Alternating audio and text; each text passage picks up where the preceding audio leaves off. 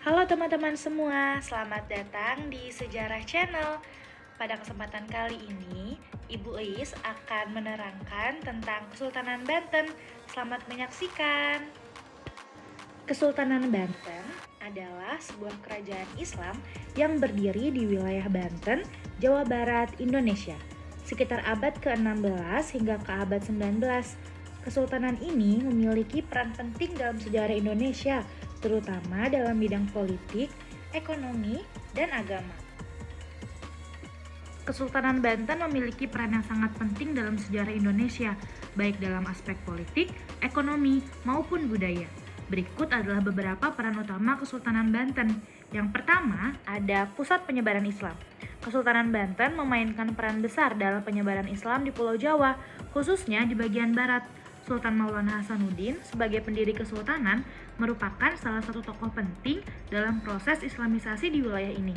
Melalui hubungan diplomatik dan dakwah, Banten berhasil menyebarkan ajaran Islam di kalangan masyarakat Jawa yang sebelumnya mayoritas menganut agama Hindu-Buddha.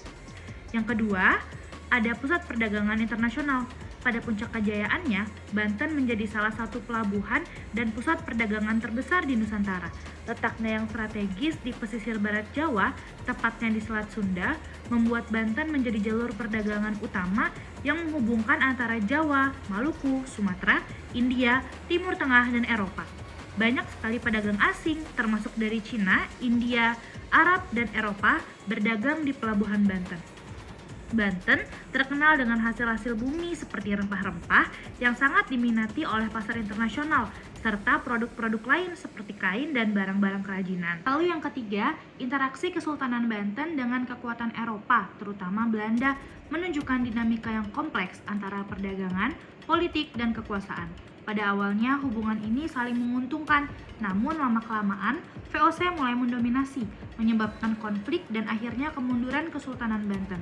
Konflik ini pun menjadi bagian penting dalam proses kolonialisasi Belanda di Indonesia dan juga mencerminkan perlawanan terhadap dominasi asing yang terjadi di banyak kerajaan Nusantara pada masa itu.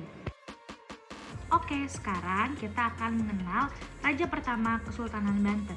Raja pertama pada Kesultanan Banten adalah Sultan Maulana Hasanuddin yang memerintah pada awal berdirinya kesultanan ini sekitar tahun 1526. Sultan Maulana Hasanuddin adalah tokoh penting dalam sejarah Islam di Jawa, terutama di wilayah Banten. Sultan Maulana Hasanuddin adalah raja pertama Kesultanan Banten yang memiliki peran penting dalam mendirikan dan mengembangkan kesultanan ini. Sebagai seorang pemimpin yang bijaksana, ia tidak hanya membangun kerajaan yang kuat secara politik dan ekonomi, tetapi juga berperan besar dalam penyebaran agama Islam di wilayah Banten dan sekitarnya. Kesultanan Banten yang ia dirikan kemudian berkembang menjadi salah satu pusat perdagangan dan kebudayaan Islam yang penting di Nusantara. Selanjutnya, Kesultanan Banten mencapai masa kejayaan yang sangat signifikan pada masa pemerintahan Sultan Ageng Tirtayasa, yaitu memerintah pada tahun 1651 hingga 1683. Sultan Ageng Tirtayasa adalah salah satu sultan yang paling terkenal dalam sejarah Kesultanan Banten karena kepemimpinannya yang visioner dan berani dalam menghadapi tantangan baik dari luar maupun dalam. Di bawah kepemimpinan Sultan Ageng Tirtayasa, Kesultanan Banten mencapai puncak kejayaan dalam hal ekonomi, politik, dan militer. Ia memperkuat posisi Banten sebagai pusat perdagangan internasional yang penting, memperluas wilayah kekuasaan, serta membangun armada laut yang tangguh. Meskipun pada akhirnya Banten harus menghadapi kekalahan dalam konflik dengan VOC dan ketegangan internal, masa pemerintahan Sultan Ageng Tirtayasa tetap dikenang sebagai periode keemasan dalam sejarah Kesultanan Banten.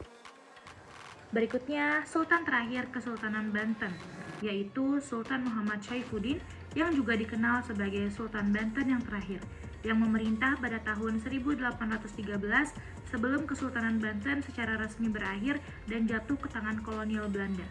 Pemerintahan Sultan Muhammad Saifuddin menandai berakhirnya eksistensi Kesultanan Banten sebagai entitas politik yang merdeka. Pada masa pemerintahannya, Banten sudah sangat terpengaruh oleh penjajahan Belanda dan kesultanan ini akhirnya berakhir pada 1813.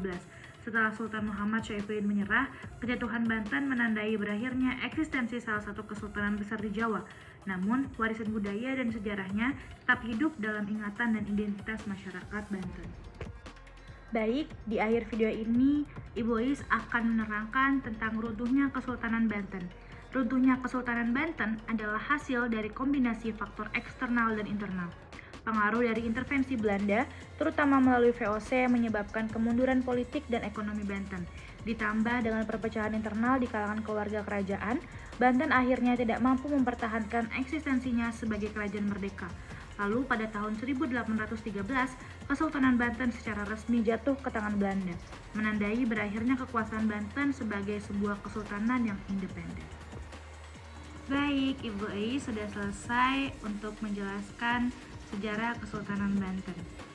Perlu diingat bahwa sejarah adalah cermin dari perjalanan panjang bangsa kita.